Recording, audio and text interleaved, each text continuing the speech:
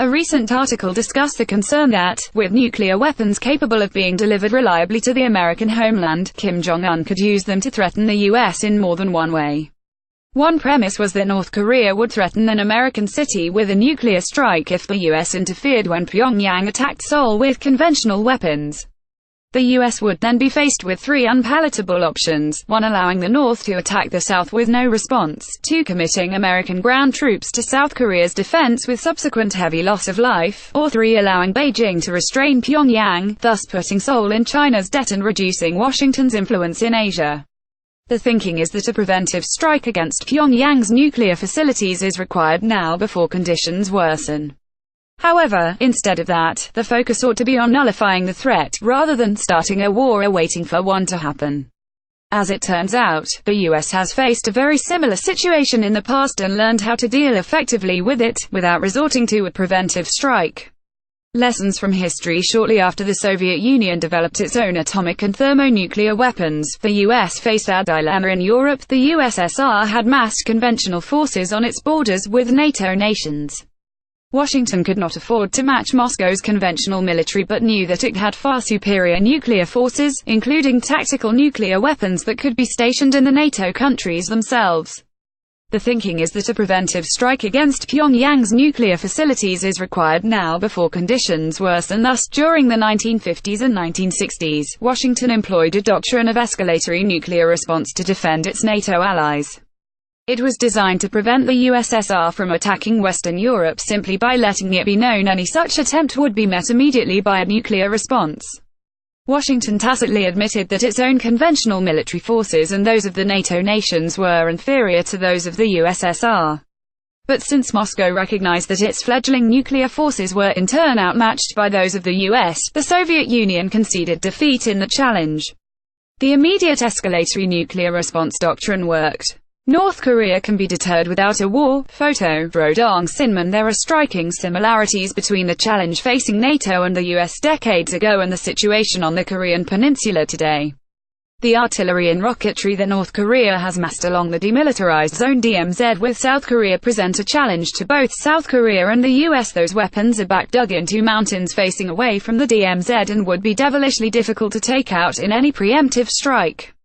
It is the modern equivalent of those superior conventional weapons of yesterday's USSR in Eastern Europe.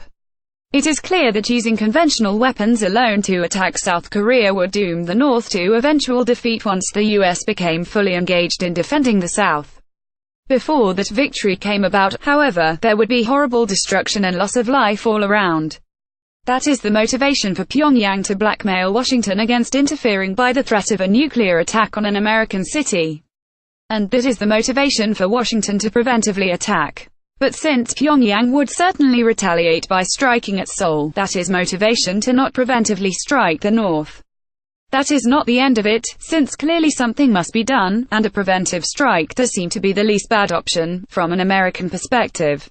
However, it does not have great appeal. There is another option, not yet mentioned, that does turn the tables, but carefully. The solution to the canard that Seoul, Tokyo, and Washington are vulnerable to nuclear blackmail by Pyongyang is to take a page from the Eisenhower playbook of more than 6 decades ago.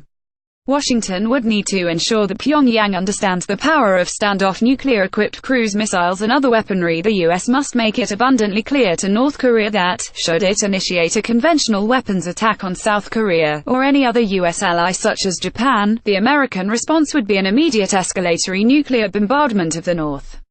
However, such a statement requires 2 conditions for it to work.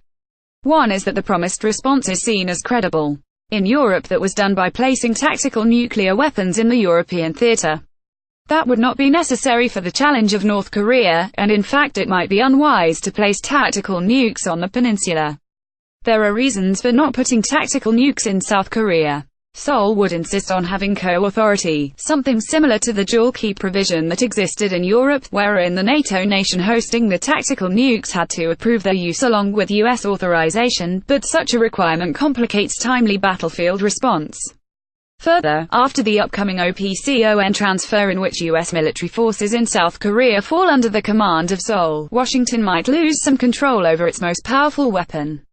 Instead of peninsula tactical nukes, Washington would need to ensure that Pyongyang understands the power of standoff nuclear-equipped cruise missiles and other weaponry such as submarine and stealth bomber-launched nuclear weapons. Recent American shows of force provide an excellent model. The second condition is that the message about immediate escalatory nuclear response is delivered by a credible source and in a credible manner. While Pyongyang admits that it has yet to figure out Trump, the US president alone is not the one to deliver the message due to the difficulty allies and enemies alike have in deciphering him. Such a doctrine needs to be announced emphatically by someone like Secretary of Defense James Mattis, who would speak with an introduction by and complete blessings of Trump. To be sure, much of the world would excoriate the US should Washington ever use, or even threaten to use, its nukes, but the riposte to that is something along the lines of, "What would you have us do? Let's all go up in flames, or sacrifice our troops in the bloody fighting that would surely ensue." Your criticism is self-serving and unwarranted. If you do not want us to annihilate you, do not threaten us or attack our allies. We are done pussyfooting around.